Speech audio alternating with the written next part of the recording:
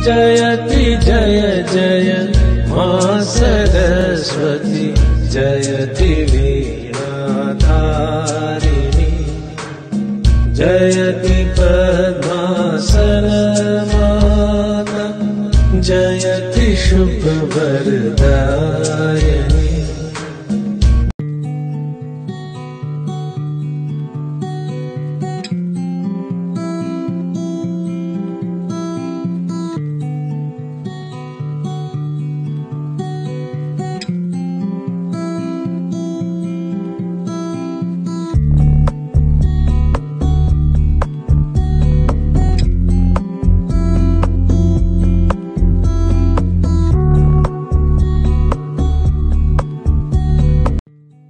नमस्कार, जय हिंद। मेरा विषय है पाश्चात्य काव्य शास्त्री I.A. रिचर्ड्स का मूल्य सिद्धांत।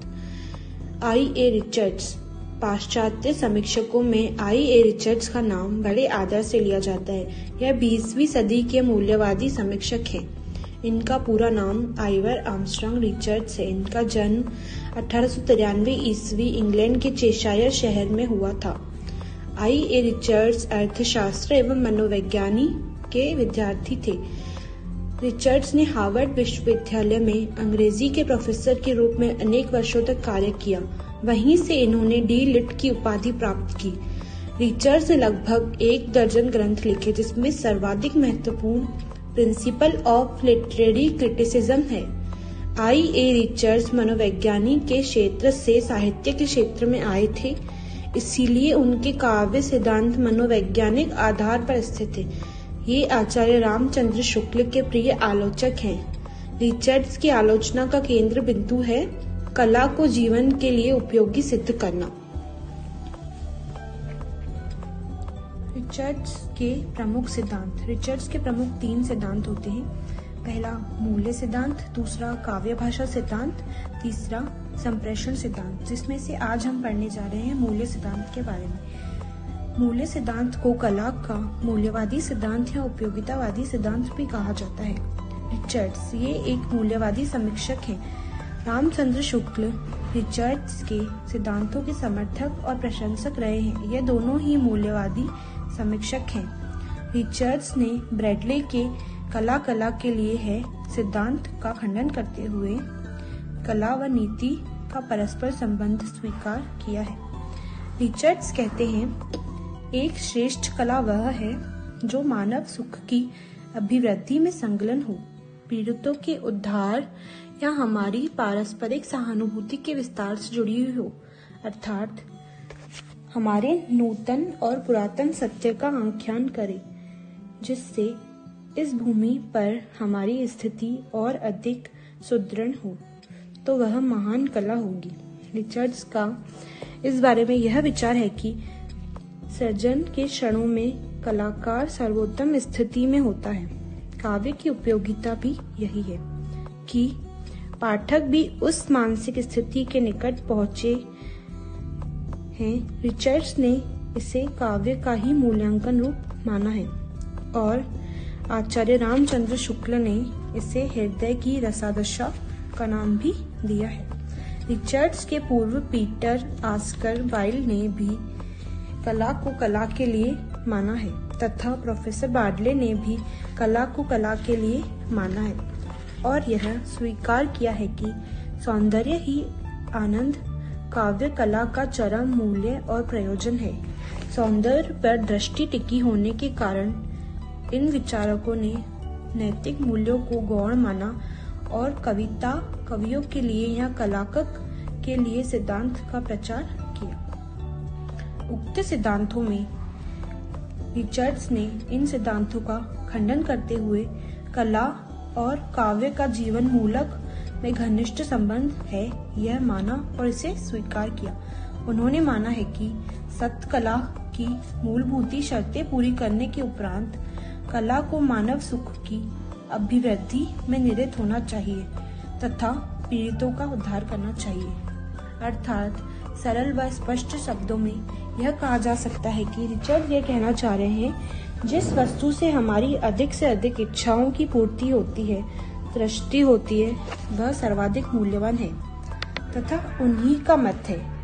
जब जीवन में पारस्परिक परंपराएं टूट रही हैं, प्राचीन परंपराएं टूट रही हैं और मूल्य विघटित हो रहे हैं, तब सभ्य समाज कला और कविताओं के सहारे ही अपनी मानसिक व्यवस्था और संतुलन को बनाए रखा जा सकता है। अर्थात आज हम यह देख रहे हैं कि पुरानी सारी परंपराएं टूट रही हैं। जो पुरानी परंपराएं हमारी आज तक चली आ रही थी, उन्हें आज के लोग छोड़ते जा रहे हैं।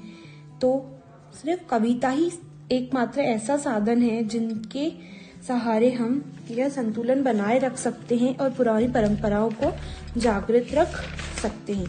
अतः अन्य शब्दों में कला का मूल्य से अटूट संबंध रहा है, क्योंकि मूल्य हमारे लिए उत्तम और प्रेरक अनुभव होते हैं। मन के भीतर आवेग और वृत्तियों में उतार चढ़ाव जीवन की पारस्परिक संघर्षों और परिस्थितियों की वजह से उत्पन्न होता है। इससे मन में तनाव उत्पन्न होता है, जिस वजह से काव्य और कलाएं इन आवेगों में संगति उत्पन्न करती हैं। इससे कलाएं और काव्य न हमें वरन सुख पहुंचाती हैं, सौंदर्य पहुंचाती हैं, इसीलिए यह मूल्यवान है। मूल्यवान संबंधी धारणाओं का संबंध मानसिक उद्वेगों से है।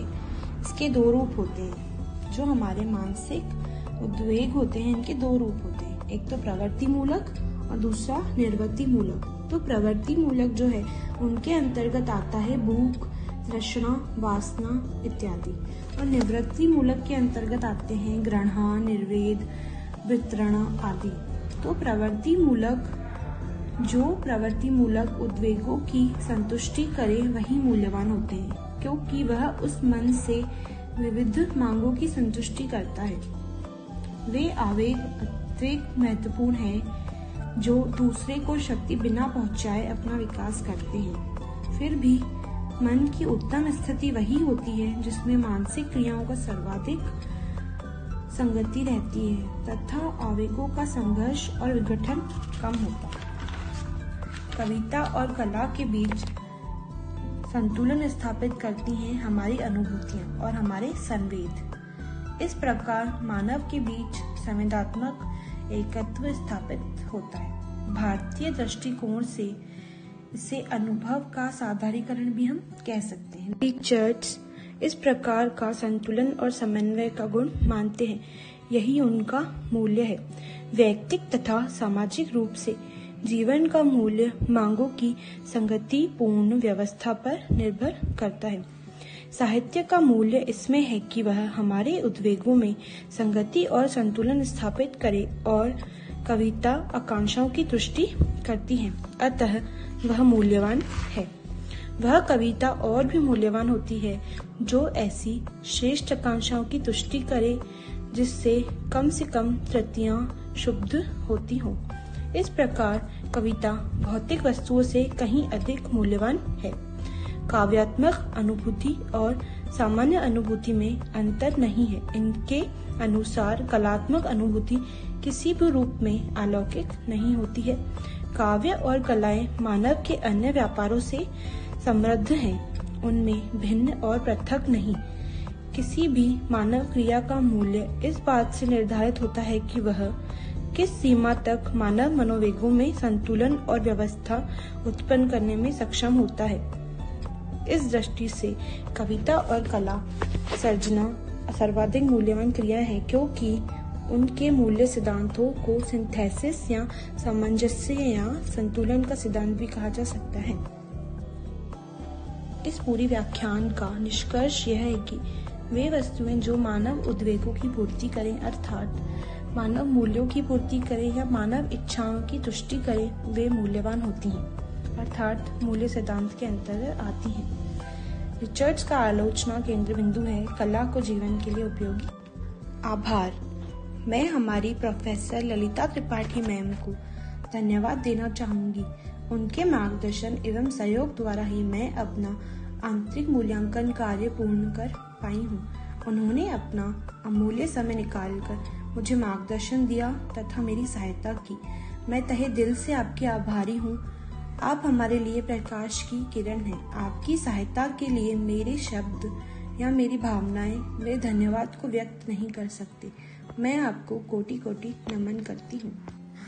प्रस्तुत व्याख्यान मैंने गूगल से तथा hindiश्री.com व vishnuveshwik.blogspot.com से लिया है। इसी के साथ मैं अपना व्याख्यान समाप्त करना चाहूँगी। धन्यवाद। जय हिंद।